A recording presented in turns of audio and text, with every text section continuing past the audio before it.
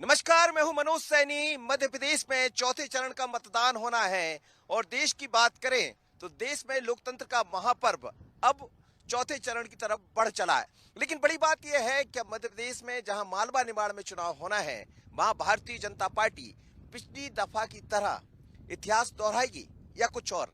तो आज हम दिन भर रहने वाले हैं प्रदेश अध्यक्ष वी डी शर्मा के साथ, जो भारतीय जनता पार्टी के प्रदेश अध्यक्ष है। पहले भी रहे, लेकिन इस बार की यात्रा ऐसी यात्रा रहने वाली है जिसमें समझ आएगा कि आखिर 29 सीटों पर क्या होने वाला। तो चलिए मेरे साथ चलते हैं।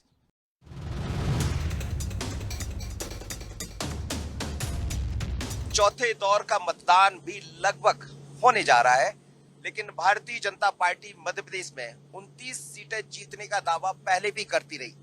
इस दौर में हमने देखा कि तमाम सारे लीडर खुद खजुराहो से प्रदेश अध्यक्ष वी डी शर्मा चुनाव लड़े। तीसरे दौर में वहां भी चुनाव संपन्न हो गया, दूसरे दौर में संपन्न हो गया। लेकिन अब तैयारियां जो दिखाई दे रही है वो यही है कि क्या सरकार बनाने जाएगी भारतीय जनता पार्टी, क्योंकि 370 400 पार की बात बीजेपी करती रही है। और मैं एक बार फिर यात्रा पर हूं। आप देखिए कि हम इस समय यात्रा कर रहे हैं, यहाँ से आगर की तरफ जाना है। आज दिन भर फिर दौरे हैं, भारतीय जनता पार्टी के प्रदेश अध्यक्ष वी डी शर्मा के साथ है और दिन भर समझेंगे भी कि आखिर क्या रहने वाला है। बहुत स्वागत है बीडी भाई। आपका भी बहुत बहुत स्वागत है मनोज जी। लगभग चुनाव हो गए हैं, अब कहां पा रहे हैं भारतीय जनता पार्टी को इस बार? अभी चुनाव हमारे लगभग संपन्न होने जा रहे हैं। चौथा फेज अभी 13 तारीख को है। 3 फेज का जो मतदान हुआ है उनको देखकर और आगामी समय की तैयारी को देखकर हम पूर्ण आश्वस्त हैं कि भारतीय जनता पार्टी के कार्यकर्ताओं की अथक मेहनत और परिश्रम, प्रधानमंत्री मोदी जी के प्रति जनता का विश्वास और गरीब कल्याण की योजना और विकास, ये भारतीय जनता पार्टी की जो ताकत है, इस आधार पर हम 29 की 29 सीटें मध्य प्रदेश के अंदर इस बार जीतेंगे और इस बार छिंदवाड़ा में भी कमल खिलेगा और मोदी जी को अगली बार 400 पार के नारे में एक कमल का फूल, जो पहले 28 थे, एक मिलाकर के 29 के 29 कमल के फूल इस बार हम मोदी जी की झोली में देंगे। 2019 में भी आप थे, जब भी चुनाव आप खजुराहो से लड़ रहे थे। 2024 में भी चुनाव खजुराहो से लड़े हैं, लेकिन 2019 और 24 में कितना फर्क देखते हैं? 2024 2019 से भी आगे बढ़कर, क्योंकि प्रधानमंत्री जी ने भारत की राजनीति में जो माइलस्टोन तय किए हैं, हर गरीब के जीवन को बदलने का अभियान और जीवन में खुशी लाने का काम किया है। विकास के मामले में पूरे देश के अंदर माननीय प्रधानमंत्री जी ने जिस प्रकार से नए आयाम खड़े किए हैं, उससे मैं ऐसा मानता हूं कि केंद्र की सरकार और राज्य की सरकार, इस बार जनता का अपार जन समर्थन, प्रधानमंत्री मोदी जी को तीसरी बार प्रधानमंत्री बनाने का आम जनता का संकल्प, ये पिछले बार से डिफर है। जनता चाहती है मोदी जी फिर प्रधानमंत्री बने तीसरी बार, तो इसका इम्पैक्ट, यही एक सबसे बड़ा इशू जनता में है कि मोदी जी को प्रधानमंत्री बनाना चाहती है। इसलिए ये चुनाव और ज्यादा बहुमत से और आज तक का सबसे ज्यादा vote share Bharatiya Janata party लेकर के आएगी। लेकिन पिछली बार ऐसा कहा जा रहा है कि सर्जिकल था, जिसके कारण भारतीय जनता पार्टी को बड़ा अच्छा बहुमत मिला। इस बार क्या है? हम देखते मुद्दे भी बदल रहे हैं। प्रधानमंत्री भी जब आते हैं मंच पर तो अलग अलग मुद्दे दिखाई देते, फिर वापस हम हिंदुत्व की तरफ लौट रहे, चौथे चरण की तरफ गए। देखिए, ऐसा है, मैं ऐसा मानता हूं कि इस बार माननीय प्रधानमंत्री जी के नेतृत्व में 10 साल जो काम किया है, आज आप देखेंगे कि प्रधानमंत्री आवास उज्ज्वला योजना, आयुष्मान भारत और आगामी आने वाली समय में जो माननीय प्रधानमंत्री मोदी जी ने सड़क, बिजली, पानी को लेकर के घर घर पानी पहुंचाने का अभियान, जल जीवन मिशन में हर घर को नल, हर घर को जल, नल की टोंटी से पानी घर घर पहुंच रहा है। अटल जी ने गांव गांव को सड़कों से जोड़ा था। आज माननीय प्रधानमंत्री जी ने पूरे देश को रोड कनेक्टिविटी के साथ रेल के मामले में जो इंफ्रास्ट्रक्चर खड़ा हुआ है, मध्य प्रदेश को सर्वाधिक बजट भारत का इस बार दिया। एयरपोर्ट जो पहले किसी जमाने में केवल 74 एयरपोर्ट होते थे, आज 150 से ज्यादा एयरपोर्ट बन गए। तो एक इंफ्रास्ट्रक्चर में हर प्रकार से आज सुविधाएं मिल रही हैं। मध्य प्रदेश के अंदर कैन बेतवा लिंक परियोजना के बुंदेलखंड जैसे क्षेत्र को 44,605 करोड़ की परियोजना से घर घर में पानी होगा, हर खेत को पानी होगा। तो ये एक नहीं, ऐसे पता नहीं कितने मुद्दों पर प्रधानमंत्री जी ने जो काम किया है हमारी सरकार ने, केंद्र की सरकार, राज्य की सरकार, इसलिए इस चुनाव में ये महत्वपूर्ण है विकास और गरीब कल्याण, और इस आधार पर ही जनता का फोकस है और हम इस पर लगातार काम कर रहे हैं। और मोदी जी का नेतृत्व है, जनता चाहती है पर प्रधानमंत्री मोदी जी बने, तो ये मूल सबसे बड़ा जनता को लगता है कि भारत के प्रधानमंत्री मोदी जी बनना चाहिए, जो दुनिया के सबसे लोकप्रिय नेता हैं। इस पर जनता का रुख और जनता का आशीर्वाद ज्यादा से ज्यादा मिल रहा है। तो राम पर चुनाव है या काम पर चुनाव है? काम पर भी है और नाम पर भी है। नाम तब है प्रधानमंत्री जी का, ये प्रधानमंत्री जी ने काम किया है, केवल भाषण नहीं दिए।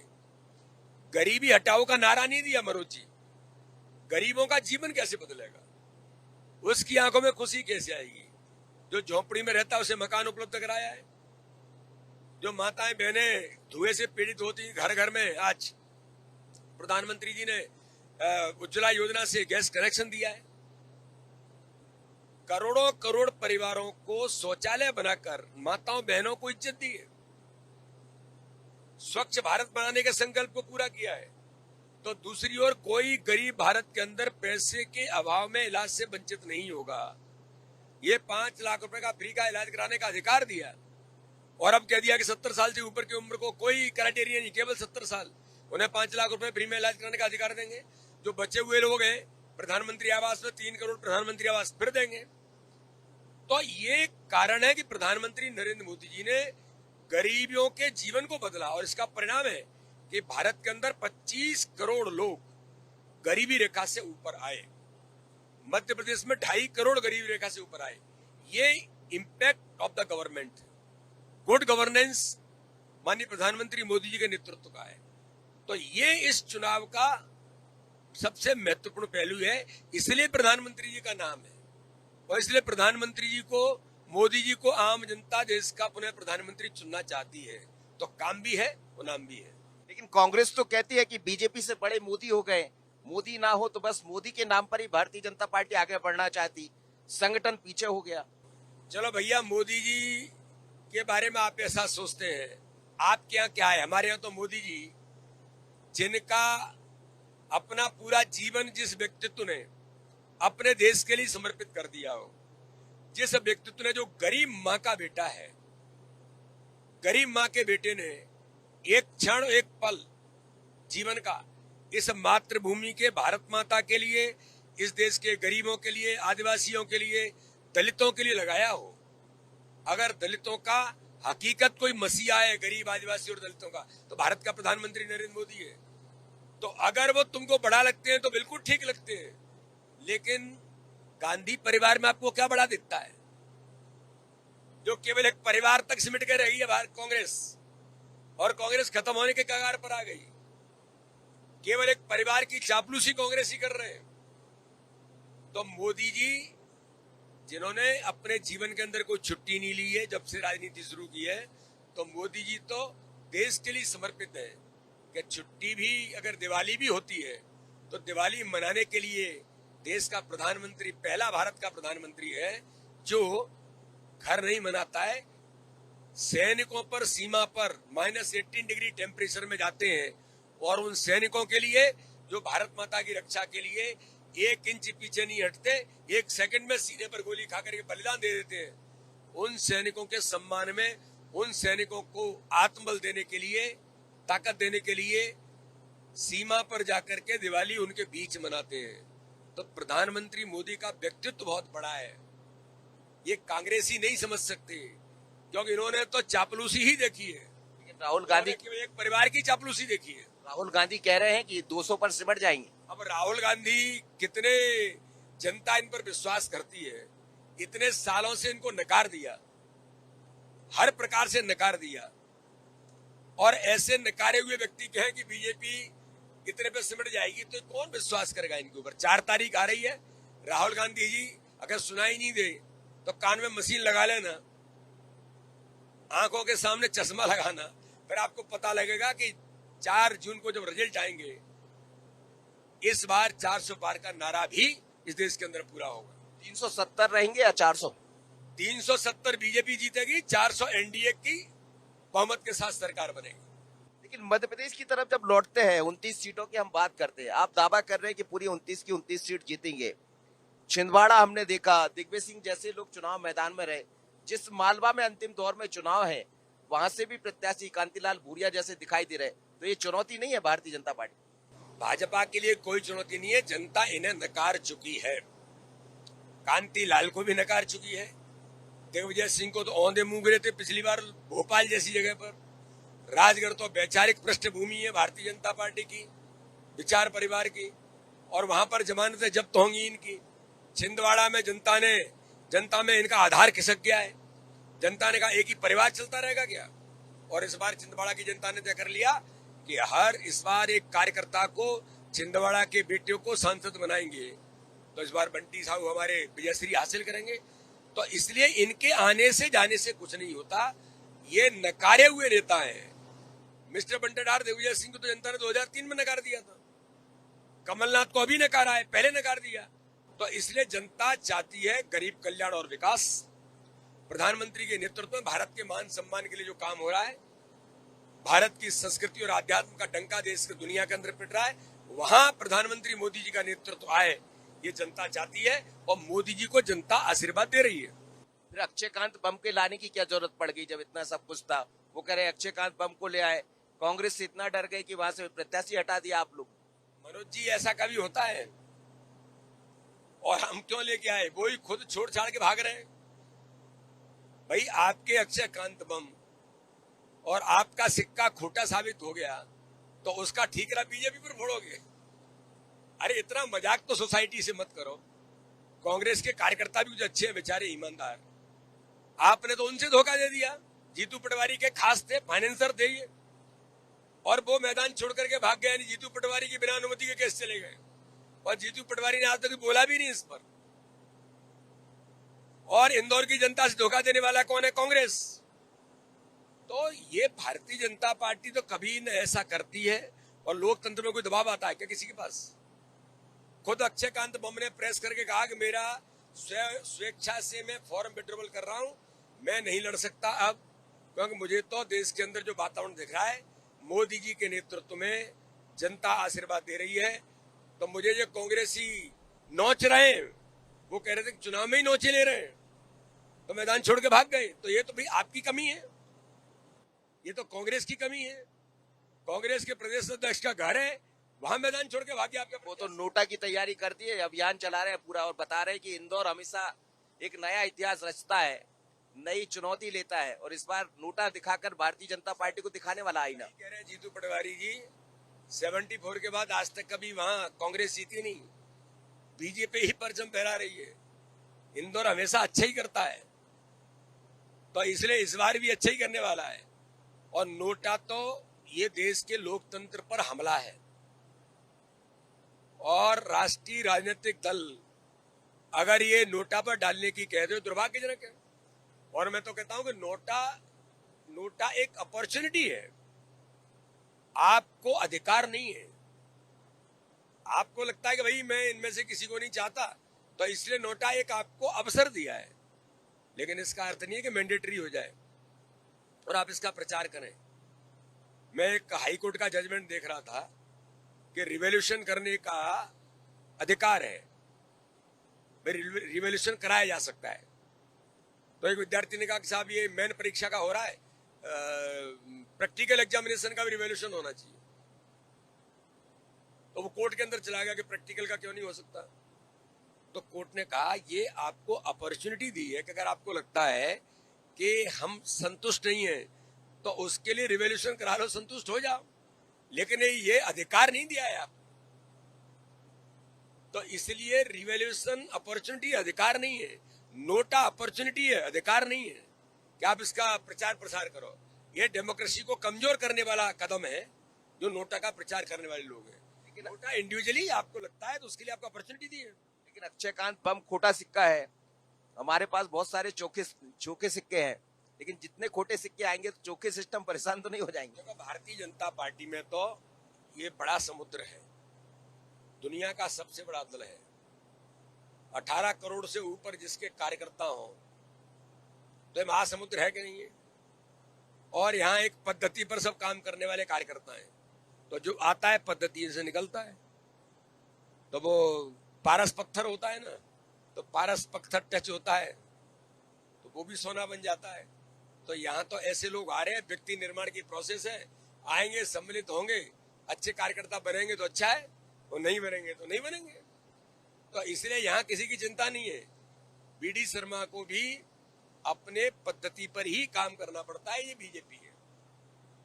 तो इसलिए स्वागत है, आइए पद्धति से मिलते हुए काम करिए और समर सुखरे काम करते। बीडी शर्मा के नेतृत्व में मध्य प्रदेश में जो पद्धति दिखाई दे रही है संगठन की, क्या देख रहे हैं? 19 के अलावा जब 24 की तरफ हम बढ़ते हैं तो बूथ को जो 68% वोट शेयर की आप बात कर रहे हैं, वहां तक आप लोग पहुंच गए? हम बिल्कुल पहुंचेंगे। इस बार मनोज जी, मैं ऐसा मानता हूं कि विधानसभा के चुनाव में हमने प्रत्येक बूथ मजबूती के साथ जो काम किया, हमारे कार्यकर्ताओं ने संगठन तंत्र पर अथक मेहनत की, आज उसका परिणाम है कि हम 8-10% का हमारा टारगेट था, 8% वोट शेयर हम लेकर के आए।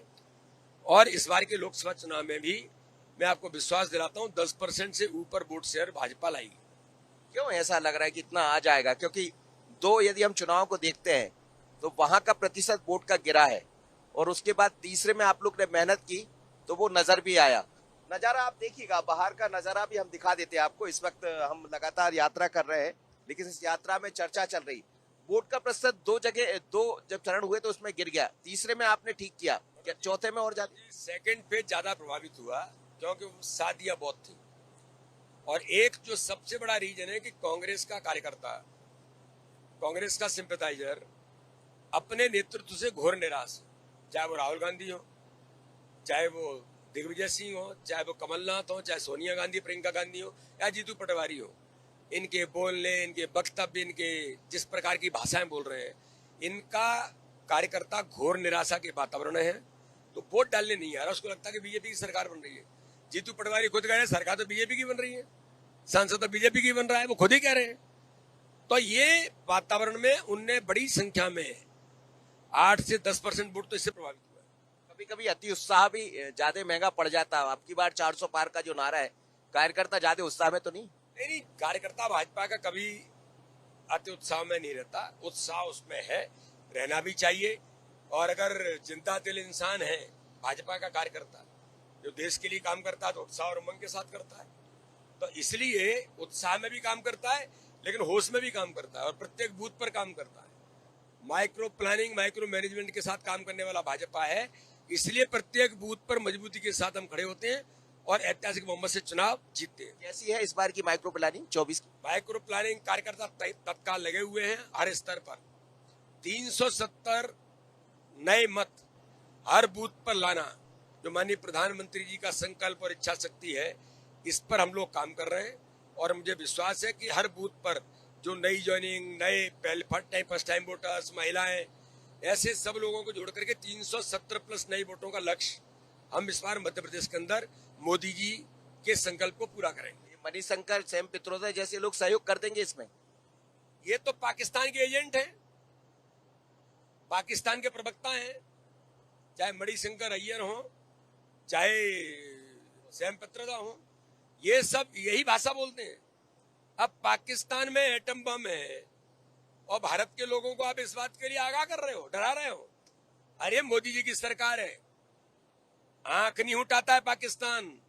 अगर भारत में गलती से पटाखा भी फूट जाता है तो तत्काल ही समाचार जारी करते हैं कि हमारा कोई हाथ नहीं है, क्योंकि उन्हें लगता है कहीं मोदी घुस नहीं जाए, सर्जिकल एयर स्ट्राइक करके हिसाब किताब नहीं कर दे। ये भारतीय जनता पार्टी का नेतृत्व तो आज ऐसा है, इसलिए ये किसको धमकी दे रहे हो? ये पाकिस्तान परस्त मानसिकता के लोग पाकिस्तान के एजेंट की भूमिका निभा रहे हैं। ये देश का जनमानस इन्हें बचे हुए शेष फेजों में भी 13 तारीख को मध्य प्रदेश में और बाकी अन्य फेज में बचे हुए में भी जो जवाब पहले फेज में भी दिया और इसमें भी देगा। मालवा निमाड़, मेरा अंतिम सवाल आपसे। मालवा निमाड़ में कहा 8 सीटों पर चुनाव है, भारतीय जनता पार्टी कहाँ देख रही है? आपको क्या लगता है पिछली बार से कुछ वोट प्रतिशत बढ़ेगा आपका? वोट प्रतिशत भी बढ़ेगा और इस बार हम झाबुआ, अलीराजपुर से लेकर के हमारे खरगोन, धार, इन सब क्षेत्रों में, मंदसौर के अंदर, उज्जैन के अंदर, शाजापुर के अंदर, हम इस बार ऐतिहासिक बहुमत से सभी के सभी सीटें जीतेंगे। मध्य प्रदेश में दिग्विजय सिंह की बड़ी चर्चा रहती, वो एक बार फिर पुराने युग की याद दिला रहे हैं। वो कह रहे हैं हमारे दौर में तो बहुत सस्ता था घास प्लेट, केरोसिन, जिसके कारण लालटेन भी जल जाया करते थे। देखिए, मिस्टर बंटा ढार के नाम से प्रचलित दिग्विजय सिंह, जो 2003 में जनता ने उन्हें कहा था ये मिस्टर बंटा ढार है, इन्होंने मध्य प्रदेश का बंटा ढार कर दिया। उस समय न सड़क होती थी, न बिजली होता था, न पानी होती थी। अब मिस्टर बंटा ढार अपने उस समय को आज याद करके जनता को याद दिला रहे हैं कि हमारे युग में उस समय बिजली तो आती नहीं थी, आप लालटेन जलाते थे और तब घासलेट मिलती थी, तब कितनी सस्ती घासलेट उपलब्ध कराते थे। यानी कांग्रेस के प्रचार का तरीका भी देखिए। अपने जमाने के श्रीमान बंटा ढार आज उस लालटेन युग की याद दिला रहे हैं। दिग्विजय सिंह जी, अब ये बहुत आधुनिक युग हो गया, मोदी जी का नेतृत्व है। भारत का कोई गांव अब ऐसा नहीं बचा है जहां बिजली नहीं पहुंची हो। हर गांव में बिजली पहुंच गई, हर गांव में सड़क पहुंच गई, हर गांव में नल से पानी, जल जीवन मिशन में माननीय प्रधानमंत्री जी ने हर घर को नल, हर घर को जल। तो भारतीय जनता पार्टी की सरकार है। आप ये दुख भरी घटनाएं क्यों जनता के उस समय के घाव को आप जागृत कर रहे हैं? मध्य प्रदेश में आप दोनों का नेतृत्व है, एक तरफ नई सरकार है मोहन जी के नेतृत्व में चल रही, दूसरी तरफ प्रदेश अध्यक्ष वी डी शर्मा, इसका कितना असर होगा 24 में? नहीं, 24 में भारतीय जनता पार्टी तो देखिए, चाहे तो मुख्यमंत्री जी हो या हम सब मिलकर के टीम स्पिरिट से काम करते हैं। भाजपा एक ऐसा संगठन है, ऐसा दल है जो हमेशा सामूहिकता के आधार पर टीम स्पिरिट से लड़ता है और हम सब मिलकर के इस चुनाव में ऐतिहासिक जीत हासिल करेंगे।